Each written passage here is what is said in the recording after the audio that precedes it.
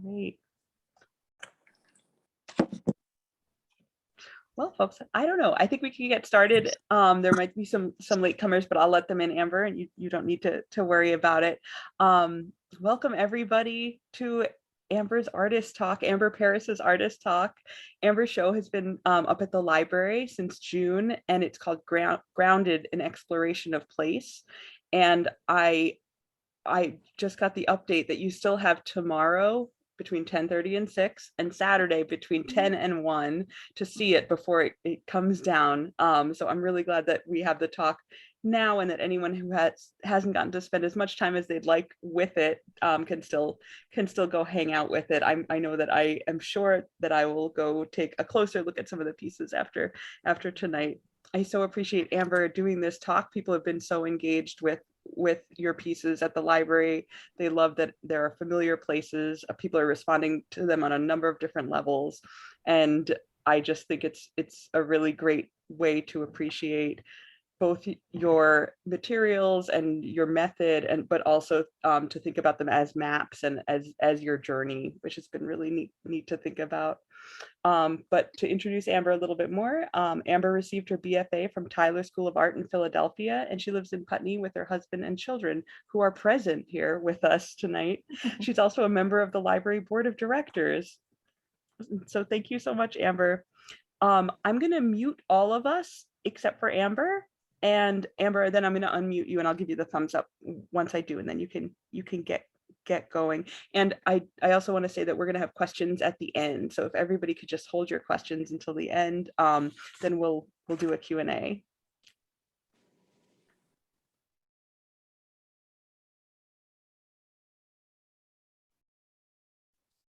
Hi, everybody. Thanks so much for coming out tonight. It means a lot to me. I'm actually going to skip my whole beginning spiel because you guys all know who I am and where I live. Thanks for joining me on Zoom. I know it's not always everyone's favorite place to be in the evening, but I have a slideshow that I put together, which hopefully everyone will find interesting. So I'm going to share my screen. And once I do that, I'm going to walk everybody through how to minimize their, I think Emily's the person who calls it the Brady Bunch box. So I will talk you all through that once I share my screen, and then I will start talking about the slides.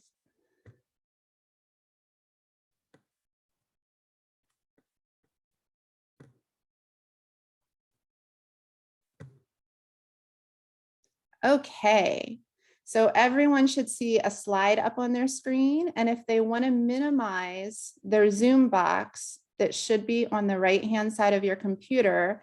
If you click that first horizontal line, it will take that box down so that it almost disappears.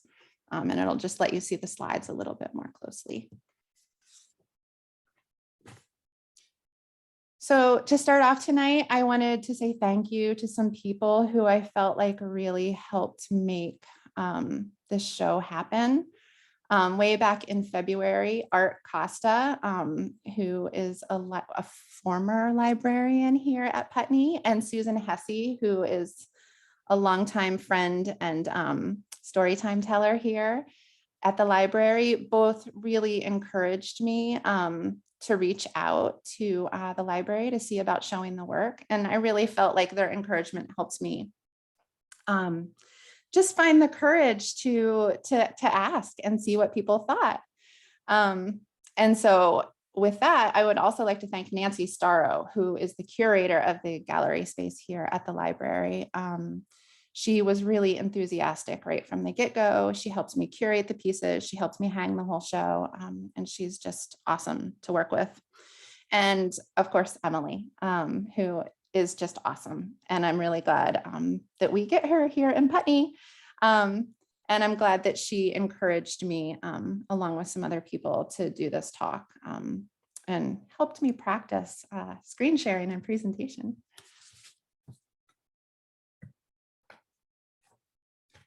So the work you're seeing in these pictures, it's a series of topographic mixed media maps that I've worked on over the past 10 10 months or so. Most of the maps are Putney locations, but there are a few that are straying into Brattleboro and New Hampshire, especially the Retreat Trail System and Pisgah National Forest and Wentusticket area.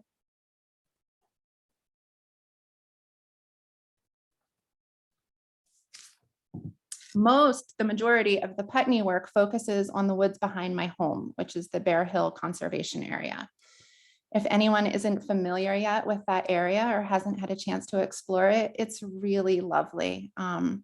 It's got a short blazed loop within it that is just shy of a mile. I think it's about 3/4 of a mile.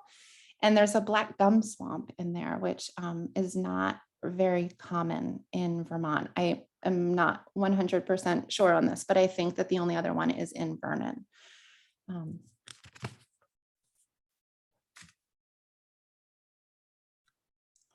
So all of the pieces in this body of work hanging up in the library measure 9 inches square. I made them using fabric and heavyweight cold pressed paper, which is mounted to chipboard to create the actual map. And then I use an awl or a drill sometimes to create the holes that make the trails that I stitch cotton thread into. So if you look really close in that right-hand side, you can see that there are trails stitched into the map.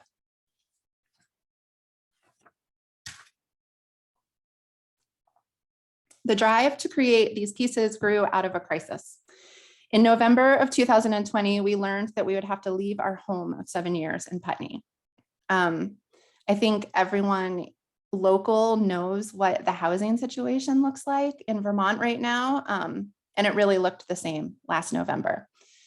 So as I grappled with the building stress of having to secure housing that didn't exist for my family, I took to the woods to quell my panic. I've often found myself on the blazed and unblazed trails behind my home, seeking calm and allowing myself space for introspection. But up to this point, I hadn't spent a lot of time in these woods in the winter. And the unexpected development at this time of year was that I was suddenly able to follow other people's footprints and snowmobile tracks. And I found all kinds of links that had eluded me before. You know, I would follow these trails and I would think that I just couldn't follow it anymore. I couldn't figure out where the trail went. And so it was really nice to be out in the snow and suddenly understand how they looped and linked together with other trails.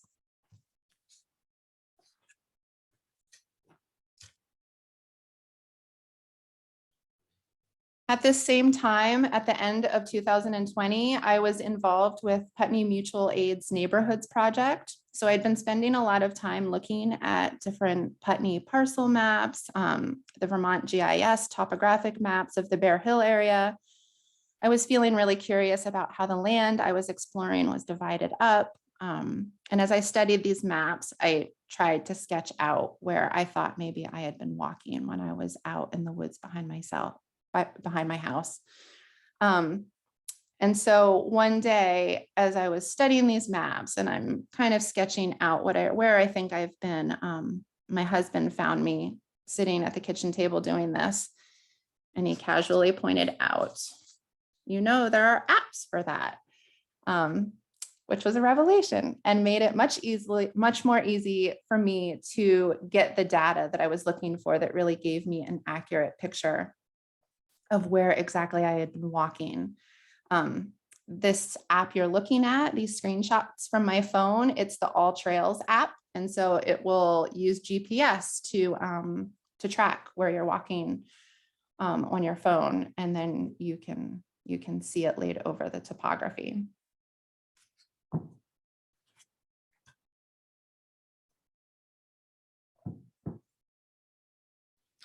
Over the past several years, I've been particularly drawn to data collection in my art practice. It inspires me to collect data sets around my habits, my travels, and my moods, and then find interesting ways to visually interpret those findings. In 2018, I spent 1 month tracking my phone habits. So I recorded information about the time of day and the purpose every single time I picked up my phone over the course of a month. And this project resulted in this book you see here, that was comprised of cards of mixed media, fabric, acrylic, thread, and ink. And then I built this box to house this deck of cards. So each card represented one day over the course of that month and the different data that I collected. I compiled data around everywhere I traveled by car for 2 weeks in 2019. And then I created a series of mixed media, fabric, acrylic, and watercolor maps of the different town destinations. So that that front box that you see in this slide is a close-up example of one of those maps. That's downtown Brattleboro. The slide on the left is sort of a zoom out of the whole piece. And so, that travel data has evolved into this 3-foot square multimedia piece that it's still in progress. I don't feel like it's finished yet.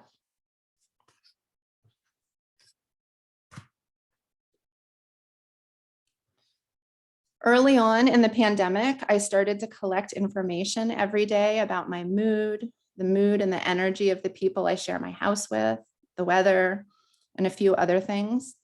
And then I developed a system of visualizing this information in these 5-inch square works that incorporated watercolor, fabric, and thread. So the shot on the left is sort of a view of many of these pieces. And then the one on the right is a shot of one of these 5-inch square pieces.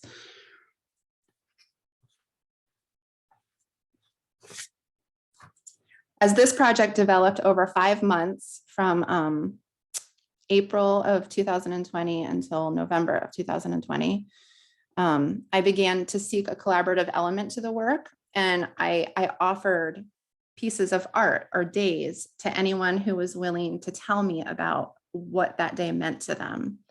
And so I would give them the 5-inch square piece and they would give me their story for that day. And that got incorporated into these pieces along with some of the pieces of paper that I hadn't ended up visualizing. And I ultimately chose to bind them in a mixed media work, an accordion style book. So there are 5 separate books, one for each month that I kept data logs for.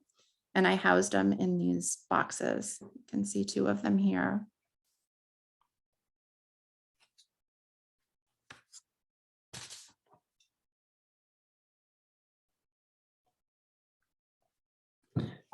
And so when I started to track my walks during this really tumultuous time in my life, it felt like really ripe territory for a new project. By December of 2020, we had settled into a battle to purchase and stay in our house on Bear Hill. And I quickly gravitated toward this magical thinking that I could literally stitch myself to this place. I thought that by sheer will of walking these woods daily, I could create a connection with them that would endure.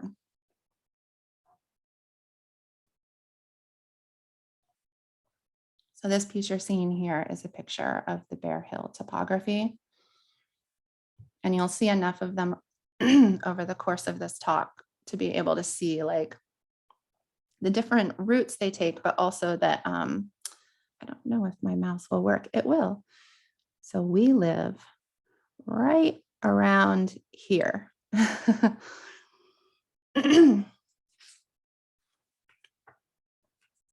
As I created more and more maps, I shifted the materials I was using to utilize 100% repurposed fabric.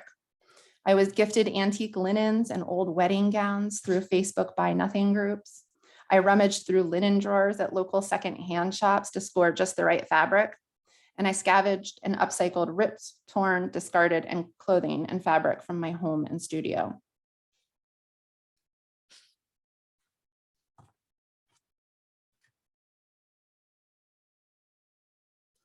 I think there's something surprising about fiber and fine art, something a little bit unexpected.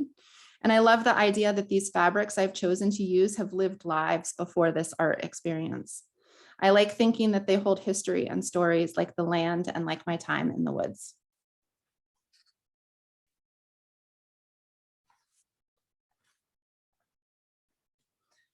I'm really drawn to process in art, and working in this way with fiber feeds that process desire and allows me to build up these sculptural representations of the land. In the end, stitching my path and my story into the work.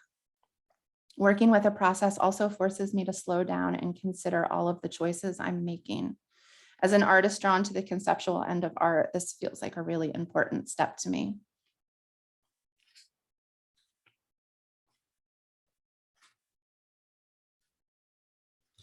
I think the drive for belonging and connection is present across humanity. How we and how I see myself belonging in my community and connected to the land and connected to myself is the place I return to again and again in my art. How we see ourselves belonging or not belonging creates these stories that I'm really drawn to exploring.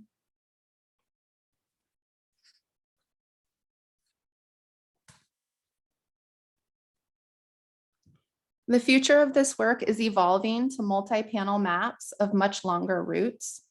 I created this large multi-panel piece of a hike within Pisgah National Forest and played with color and explored an unexplored territory.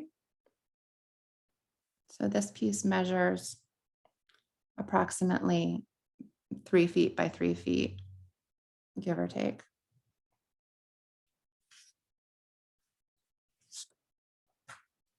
I'm working on a sprawling multi-panel piece of Putney and all the hikes within it that I frequent. This work is composed of 27 different 4-inch maps that will eventually puzzle together to unfold across 2 3-foot canvases. So this is a shot of them on my studio wall. And that stretcher frame on the left is the size of each of what each of the panels will eventually be. And this middle one here that is not elevated or sculptural is the Bear Hill area, which overlays the multiple routes within that area.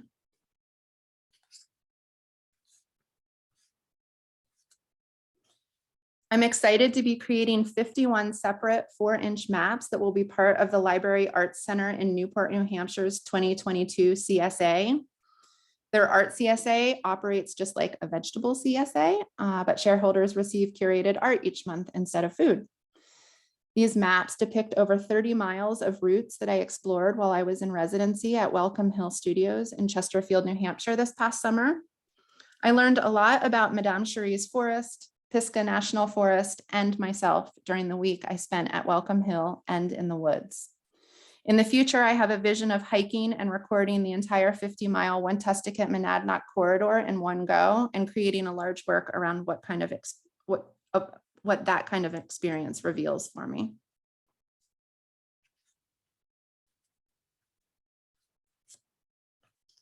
I'm also really excited to be fostering a relationship with a local wildlife biologist who works for Vermont Fish and Game in order to access data around deer paths and seasonal movement of local deer herds in some of the same areas I find myself and other humans creating paths and routes.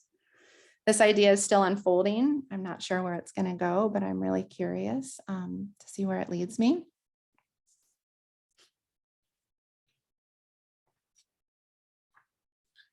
And I've also been in conversation with the Putney Conservation Commission around creating weatherproof topographic trail maps at the conservation sites in Putney, Bear Hill, and Beatrice Aiken.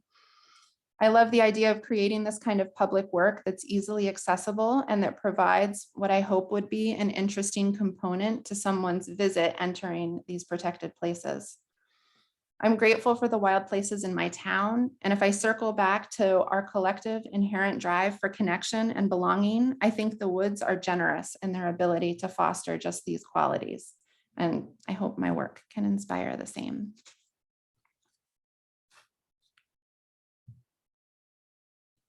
So I am going to stop sharing my screen and come back to look at all of you. And that is the end of the slideshow. I'm happy to try to figure out how to go back through slides if there are things people want to see again, but Emily is also graciously offering to moderate any questions or conversation that people want to have around anything. Thank you so much, Amber. If people want to, let me see if I can see everybody. If people just want to just like raise their hand in life, if they have a question, I'll unmute you and you can ask Amber. Does anybody have a question?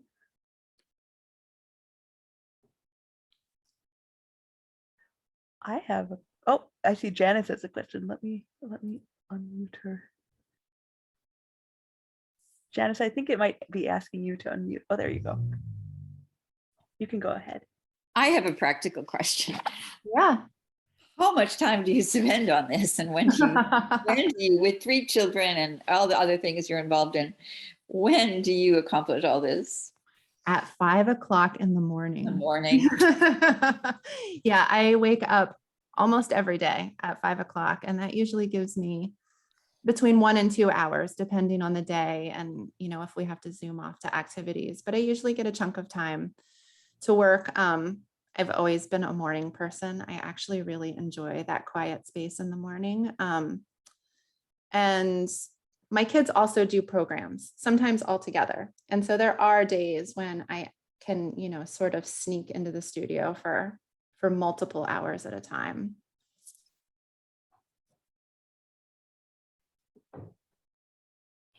Oh, I see Trish also has a question. I am going to ask her to unmute. Hi, Amber. Hi, Charlie. Hi, So Charlie. Hi, Lila. Here's my question. As you shared your work, not just from this exhibit, but from the last few years, I came to realize just how small of formats that you have gravitated towards over the last few years, maybe longer, I don't know. So I just wanted to ask you a little bit about that. If you feel like there's a reason or the way that small format best helps you, explore these different patterns or data-driven art that you want to explore. Sure, thanks. So I think there's a few pieces to my answer to that question. One thing, there are those fun things that stick with you from your time in college. And I had a professor who once told me that you should go big or go small because the middle is boring. And that really was one of those things that stuck with me. And part of it is practical. My studio space is not large.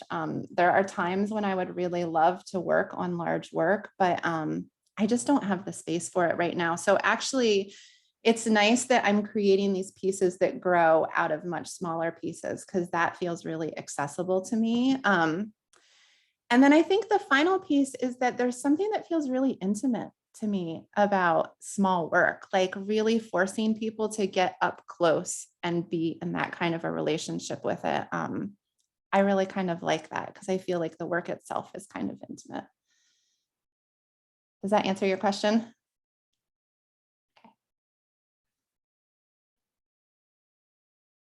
I had a question, which is I loved seeing your different projects that I wasn't familiar with from before your maps project.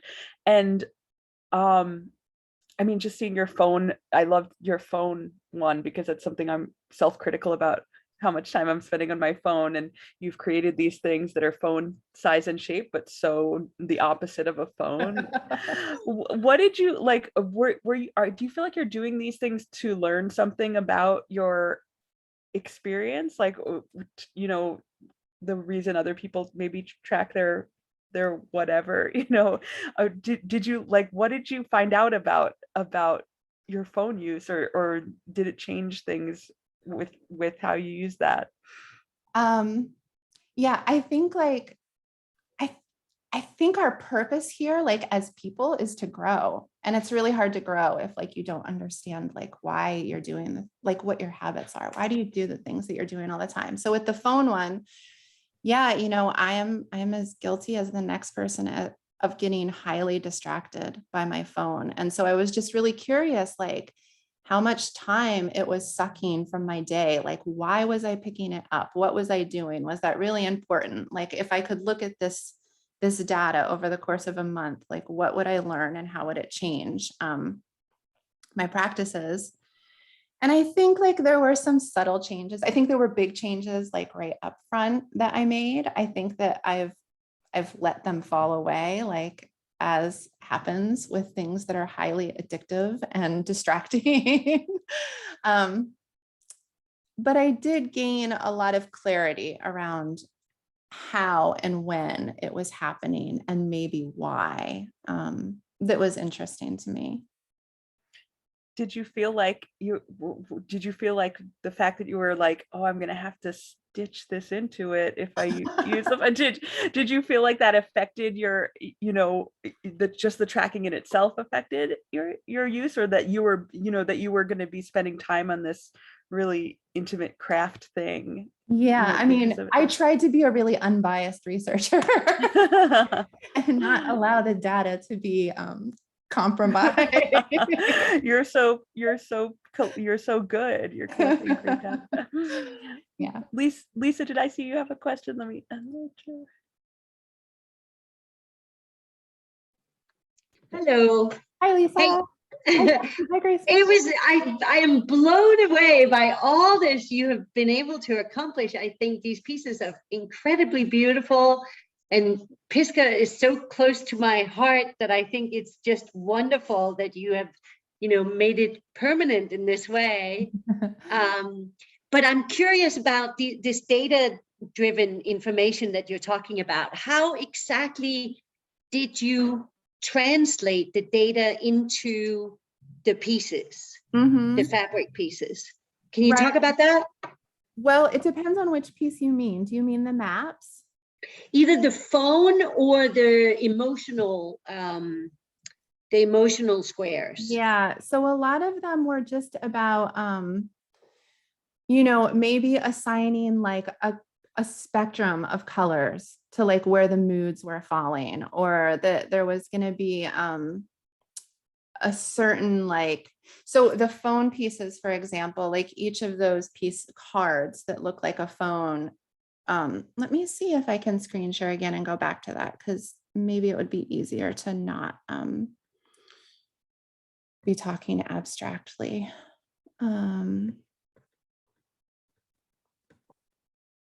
Sorry, this is probably like not the most necessary thing to do. I don't know how else to get into it though. Okay, so in that lower right-hand corner, if you look really closely, you can see that there are strings going across it. And so one edge of those was the time of day. The left-hand column was those holes were the time of day. And then they're going off to different things, which represented like, oh, I picked up my phone to check the time. Oh, I picked up my phone to turn on music. Oh, I picked up my phone to actually answer the phone or check the weather or, check Instagram, whatever. Like all those things are represented in different holes in the field of the card. And so the strings are sort of representing like, okay, at this time, like I was doing these things on the phone. And then the lines on the bottom were like where I was at in the month, and the gray scale circle was, what the weather and energy of the day was. So I think there were a lot of different metrics, like with that one, that I was just sort of assigning like some kind of code that isn't necessarily known to everyone, but I know what it means. And that for me, in the end, I'm hoping creates like an aesthetic feel to everything. And is that code, does that code go throughout all that entire project? Yeah. It's the same code for each of those. Yes. Maps. All 30 cards in that one. Yeah. So I would have like, what word do I want? Like dummy cards, I guess, that had like the holes that I would use on each card so that they could be consistent in that way. Yeah. And then before you even start doing art, you have to come up with sort of with the code. You have to come up with the idea how these things are going to be tracked before you even create anything. Yeah, I mean, I definitely have to be clear on what data I want to collect, right? Like I don't always know like how I'm going to translate that until the end. you know, sort of like with this deer path idea, like I know I want this data, and I've found people who seem like they might be able to hook me up with this data, but I don't know like what that project's going to look like in the end. So I think like once I have it all, I'll just have to sit with it for a while and see where it goes. Do you have a question, Grayson? Yeah. Yeah. Where do you get all these ingredients for it? Yeah, there's a lot of ingredients that go into it all.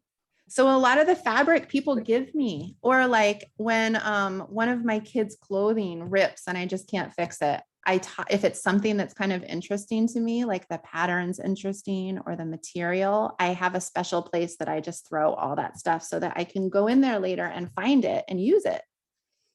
And I also really love secondhand stores, because they've got lots of like curtains and napkins and tablecloths, and I buy them and use the fabric.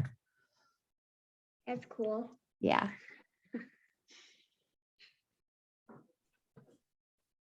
I agree. That is really cool. Janice, do you have a question? Yeah. So what is the process for creating the topography, you know, the raised, I mean, Yeah. did you have a template and then you cut it out, and is it all pasted? How did you do that? Yeah. So I start with tracking the walk, and then I print out that walk, which is laid over the topography map. And then I use layers of tracing paper. So I guess first, let me back up. First, what I do is I figure out the topography, which isn't always super clear on the printout. So sometimes I have to cross-reference that with other topography sources to figure out what exactly I'm looking at, especially if it's an area that I don't hike all the time. Like I have a really clear understanding of what the Bear Hill topography is right now, just because I walk it all the time.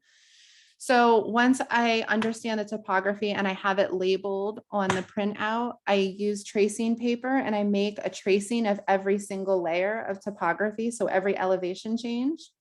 Oh. And then that gets pasted on the back of the heavyweight cold press paper. And then the front of that cold press paper gets the layers of fabric.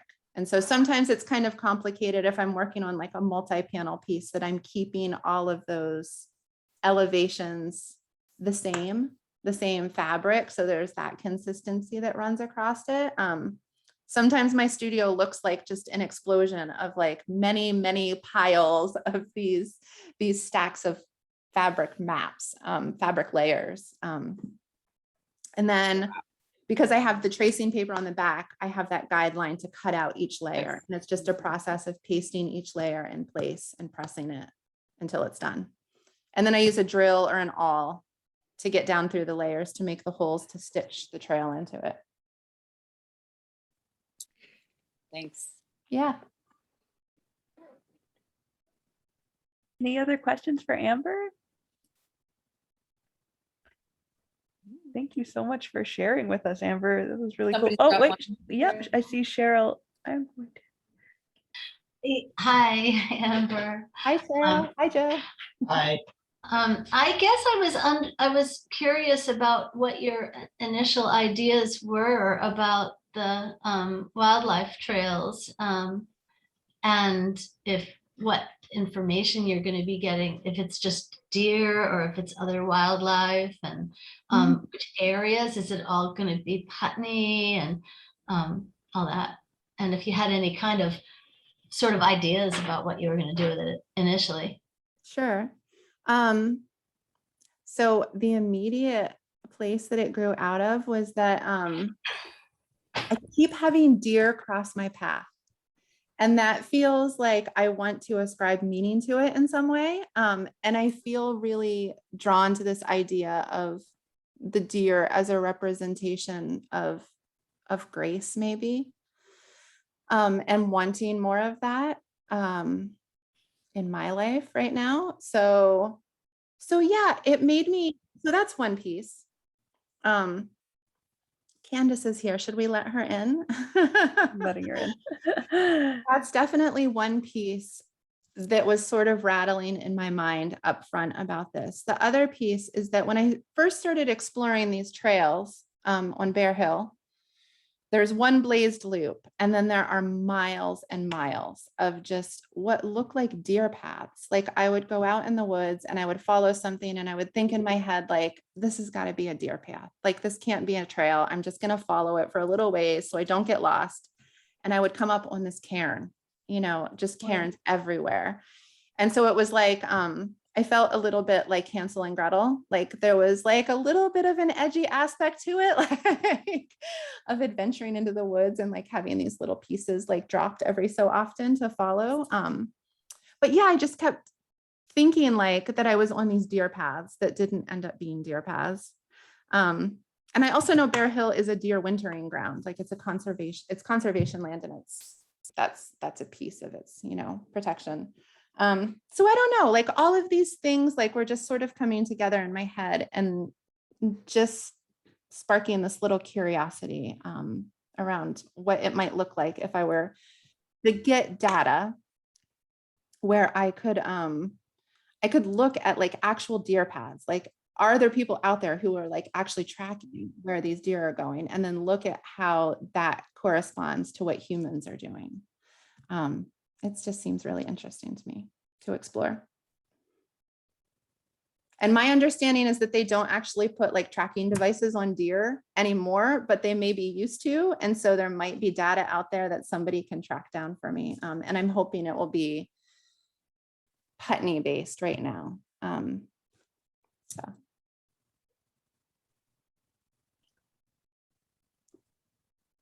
Janice, were you asking a question? You're on mute. I know there was work done following migration routes in the area and lots of photographs. They must have had cameras or something. Yeah, it few years sounds ago. like, yeah, the person I've been in contact with, he's a fellow homeschooling parent who's a wildlife biologist, and he seems to think that he can get his hands on something that will make sense to me, even if it's not necessarily super current.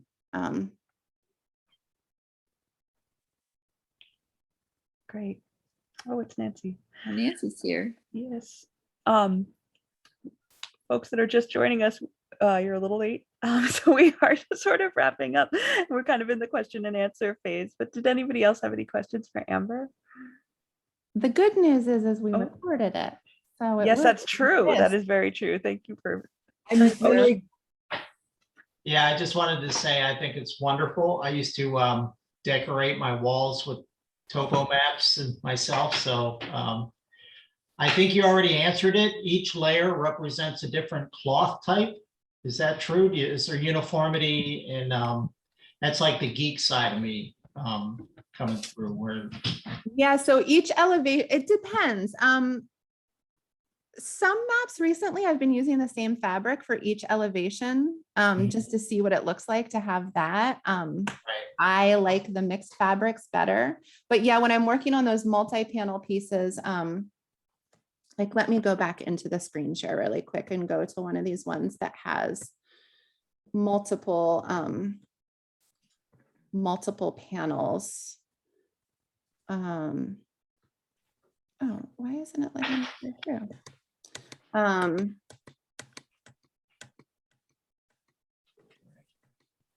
So this one, for instance, like every elevation that is, say, 800 feet is all going to be the same fabric across all 51 panels.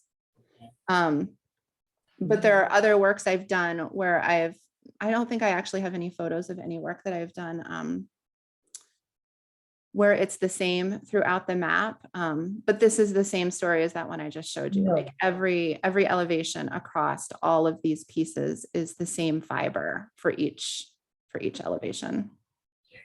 interesting. Yeah, it's just, I just love the uniformity of it. I used to just study topos, just for the fun of it. And I think my sensibility would be to follow from one square to another and have the uniformity where I can just focus in on something like that. But if it wasn't that way, that would be awesome too. I just like that you look at data and the way you interpret it, and Yeah, different media. thanks. Yeah, I feel like it was a learning curve in the beginning. I had to spend a lot of time with colored pencils and topography printouts, trying to understand what they were getting at with the information I was looking at. Like I had to teach myself how to read these topography maps. Because the first maps I made, I wish I had actually included them in the slideshow. I got it all wrong. I got like the elevation, like when I was gaining or losing elevation, like I had it completely wrong. Right. Well, I think they have, it. I think they have 7.5-minute maps, which are even more detailed. They have 15-minute maps, you know, it just, that's how much it covers, you know, so. Sure. All Yeah. right. Hi, Amber. Yes. Who am I talking to? It's Nancy. Nancy. I'm gonna advance. Hi, Nancy. Hi. I have it, and this question may have been asked anyway, I think it's really interesting how you combine, you know, vintage materials and new technology. Yeah. You know, that's a kind of disruption of that's fabulous. Yeah, So- thank you. Yeah, I mean, I talked about it a little bit during the slideshow. Like, I think that there's something really, I mean, shocking is not the word that I want to use, but there's something really interesting to me about fiber when it's put into fine art. Like, it's a little bit unexpected.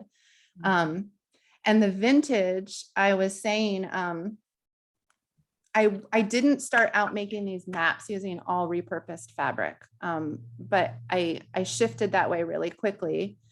And it's sort of, it's really exciting to me to think about like these fibers that have these stories that have existed before they came to me, you know, whether it's a wedding gown or like a napkin I found at Experienced Goods. I feel like they all have lived these lives before they came to live in this art piece. So that's kind of interesting to me. And I like the idea of keeping these things like out of the landfill. But then you're also putting your own imprint on it, which is wonderful. I mean, it sort of weaves the two together. You have the vintage, your imprint, and then new technology of your GPS mapping. Yeah. It's amazing. Thank you. Thank you. Interesting. I'm looking forward to your recording. Thanks. How do you select which fabrics you're going to use? Does something just speak to you, or? Yeah, I mean, I really started to gravitate toward the cream and white palette with these winter pieces. It felt like it made a lot of sense, and it felt like a purity that I needed in those. These ones I'm working on right now for the CSA are this blue sort of theme, which feels like the meaning underneath of it is still a little too vulnerable for me to talk about right now. But yeah, like I think I definitely spend a lot of time considering, I guess, first color and then some of it's practical. With these large sprawling pieces, I really need like a pretty good chunk of fabric to be able to have enough to stretch across, 51 pieces. And so that's definitely a factor too.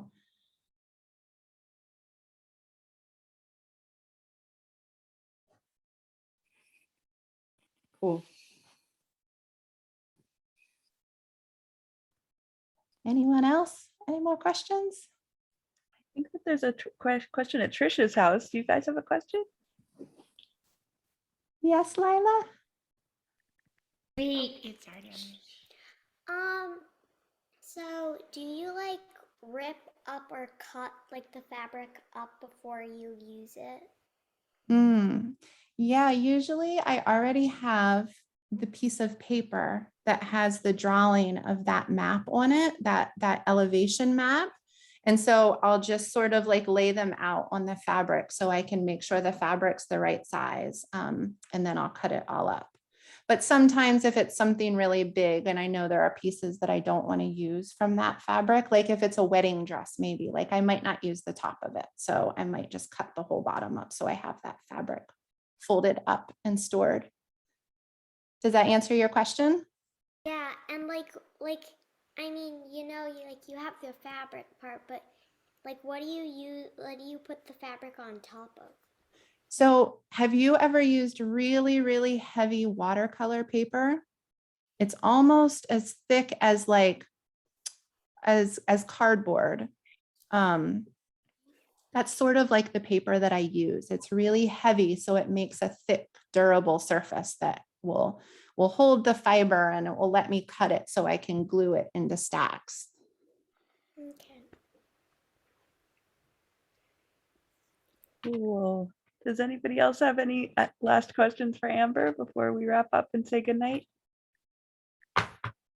I just wanted to say, Amber, that I finally got a chance to go and see the show a couple weeks ago, and it's really gorgeous. And I think you did a really excellent job of curating what you hung in the library, especially considering some of the slides that you showed and how many you really had to choose from and like what went in. So great job. And it's a really beautiful series. Thank you, Candace. I appreciate it. Well, I just pasted Amber's website address into the chat for anybody that has not seen it. It's great. You can connect to her and follow her on Instagram, and you can also find the recording of this of this presentation really soon, which I'll also be sharing through the library's Facebook page. And for those of you who didn't hear in the beginning, the show is up on Friday between 10:30 and 6 p.m. when the library is open, and then again on Saturday from 10 to 1 before we take it down. Thank you so much. Thank you Thanks, everyone. for sharing it with us, and then for telling us more about it tonight. Thank you. Absolutely. Thank you. All right. Thanks, everyone. Have a good night. Good night. Good night, everyone.